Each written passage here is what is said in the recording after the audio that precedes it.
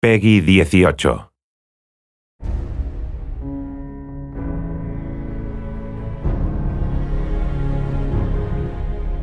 One of the other big additions to the game, building settlements. That was really, really cool. That was a big surprise to a lot of people.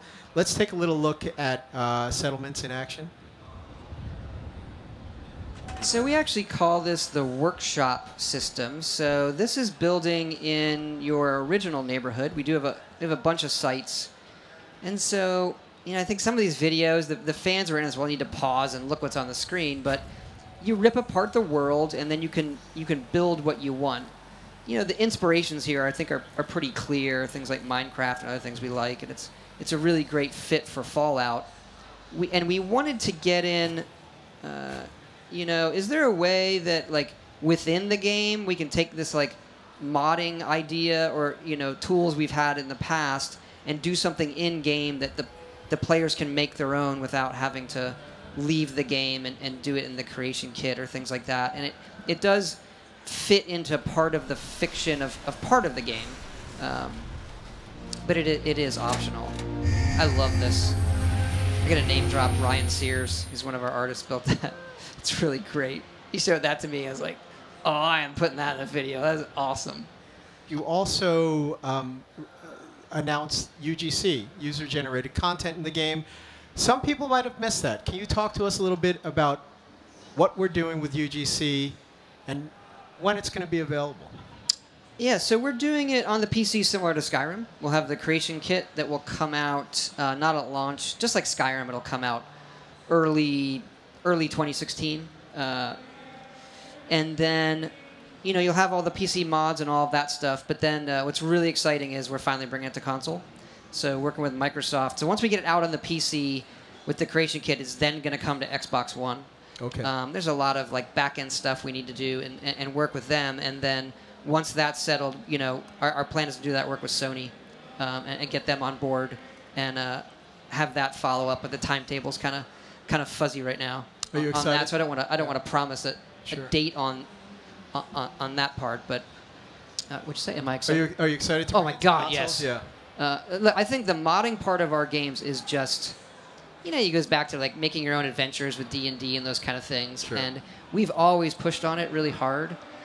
But if at the end of the day, the audience that can do that stuff or is even doing it is not as big as people think, percentage-wise, and it's just been on PC. So the first way to make that, a much larger percentage of the audience is to bring it to console, where a lot of our players are. Another thing you're doing that offers, again, this great player freedom that you guys really love at Bethesda Game Studios, the advanced crafting, or the crafting system, which might be, as you said, the most advanced crafting system yet for a Fallout game, for a Bethesda Easily. game. Oh, yeah. Let's take a look at the crafting system in action.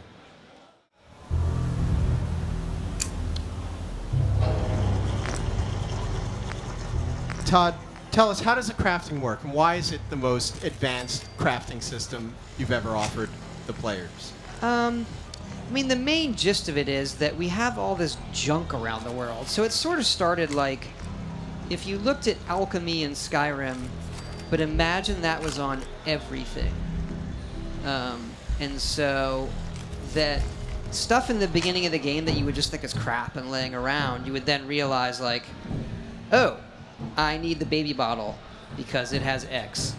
And so it was a look at having components, so having a set number of components in the world, and then having lots and lots of items that were different mixes and matches of those components, and then you realize that, like, adhesive is an important element for building a lot of things. Then you realize actually duct tape and glue tend to be more valuable than, like, grenades, like, for real, in the game.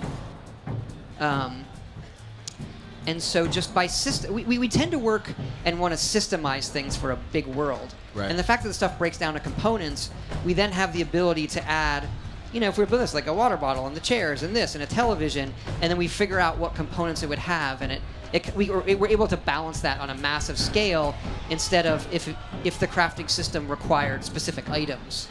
to craft, if that makes sense. So it does, and in essence, what you've done is ensure that almost every, or at least what I think, ensure that almost everything has a purpose in the game. Yeah, absolutely. Is that correct? Yes, and not everything has components. That's the better way of saying Right, okay. it. Yeah. But you won't be collecting junk and then it remains junk. Right, right. You don't There have will always anything be that some just sort of has, like, value. my only existence is I am worth 2 caps. Right. We have nothing like that. So it also causes this very interesting economy in the game where traditionally you would pick everything up and then just sell it. And now you pick it up and you say, well, I can make this out of this, or I can make this out of this, or maybe I do want to sell it. And so we usually, at this point of the project, we're trying to balance the economy and get rid of, all these money exploits.